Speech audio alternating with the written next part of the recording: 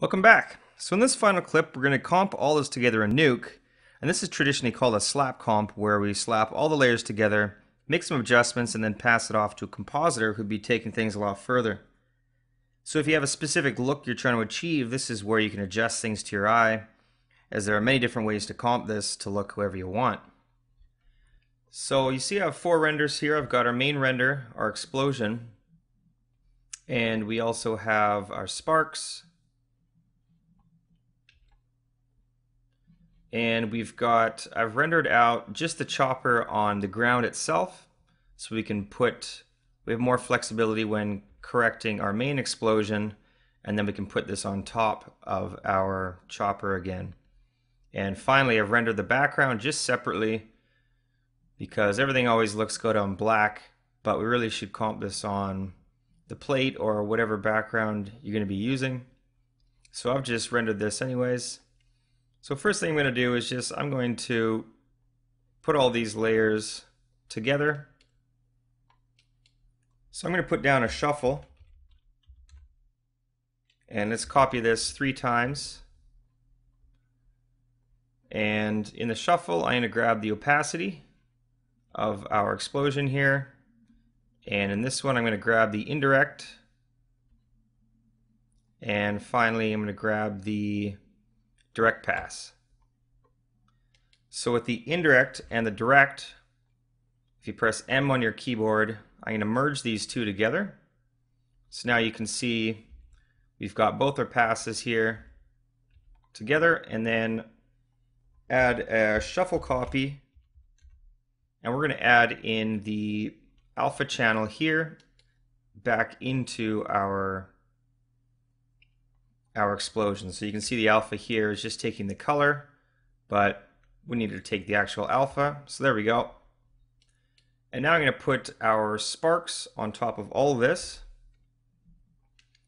So if we merge this over and take a look, and I remember we rendered this out as a larger format, so I'm going to reformat this down to 720p. Now you can see it over top, although I'm going to use a screen method just to make sure it blends in a little bit better. And finally, let's put this over top of our background, and then over top again of our background image. So there we go, we've got all the layers together. So now what I do is just color correct this a little bit to what you're trying to achieve here. And for me, let's add a color correct to the direct pass. And we can just kind of mess around with the colors in that here. I'm going to bring up the gain to bring up the smoke color a little bit. I'm hoping to get a little bit more of the actual smoke color that we know we rendered out. So here we can bring back a little of the color here, and maybe I'll turn down the gain of the highlights a little bit, just so we get more of a less blown out color, because further down I'm going to color correct this after it's later down in the tree. So I'm going to put a color correct on the indirect, and in the indirect here I just want to boost it up quite a bit on the beginning of the explosion, so we have a lot more of kind of illumination inside the fluid, and then I'll key it down towards the end of the explosion. So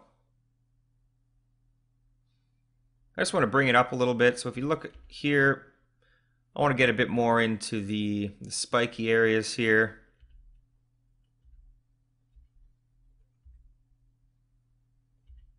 So here, if we kind of set a key at the beginning of the explosion, and then say by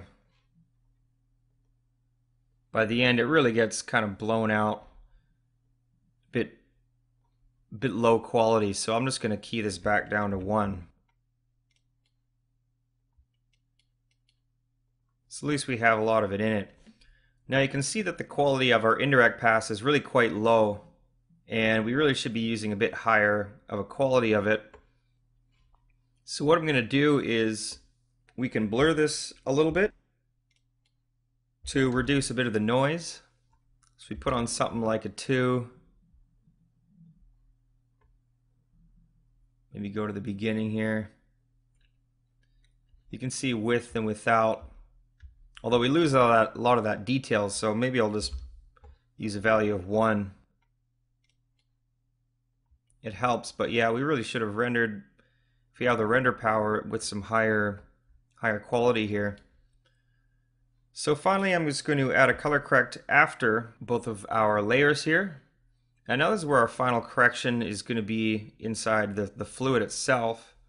So I'm going to bring up the shadows just a little bit, but mainly I'm going to increase the saturation on the midtones to get more of a yellow color.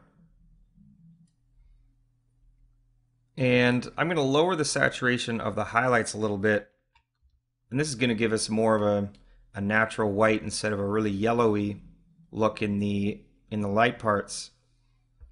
And maybe we can lower the overall gamma a little bit. So in the hotter areas, it's not so blown out. We can bring a little bit of that detail back. Okay, so finally, to scroll down here and let's go to a place where our sparks are at here. I'm just going to add a glow to the sparks, and let's use a really low size here and increase the tolerance so we get more of a variation. And that's all I'm really going to do for the sparks. Okay, so finally I'm just going to go in and I'm going to add a glow to the explosion itself. And let's make this a really low brightness and a low size. And let's increase the tolerance so we're just on the explosion here.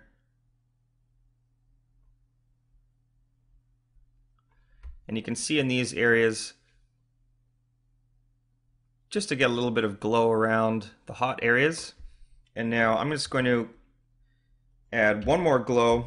And this is going to be just an overall effect on the entire explosion that we're going to have to key. So if we increase the size, say to something big, we can just make an overall glow of the explosion here. And maybe increase the saturation, or maybe not, maybe that's too much. So let's increase the tolerance. So we're only in the explosion, and let's just give a little bit. So at the beginning of the explosion, let's key this maybe to 4. Set a key, and by the end, the middle of the end here, let's just key this down really low. And remember, we have the beginning explosion, so at the beginning of this explosion, I'm going to key this off. And now let's put it on in the very beginning of this explosion. So let's put this on to about 0.5, and let's fade it off by, say, around here. So now we've got this little glow that's overall the whole effect, and it's going to fade off and then instantly come back on this effect here. So there we go. That's pretty much a basic slap comp of our effect here. Now we can, if you wanted to increase a little bit more of the blue from the sky, we could go in here and we could just put down a hue correct. And here we can kind of fine tune some of the colors of the explosion a little bit better. So if we go to the blue channel and select all the points and increase that, we can bring back a little bit of blue from the sky into the smoke. And also if we go into the saturation, if we pick one of our colors here, we can really kind of fine tune the areas of the explosion based on the luminance, on if we want to give it more color or less. So we can pull down the red a little bit to make it a little bit more of a brown, less yellow. So just by using this hue correct, you can see the color difference here. So here's our final render, and it's looking pretty great. A lot of awesome things going on. And so that's it for this course. I hope you found this useful, and I hope you can take some of these techniques with you for your own effects. So thank you for watching, and I hope to see you again soon.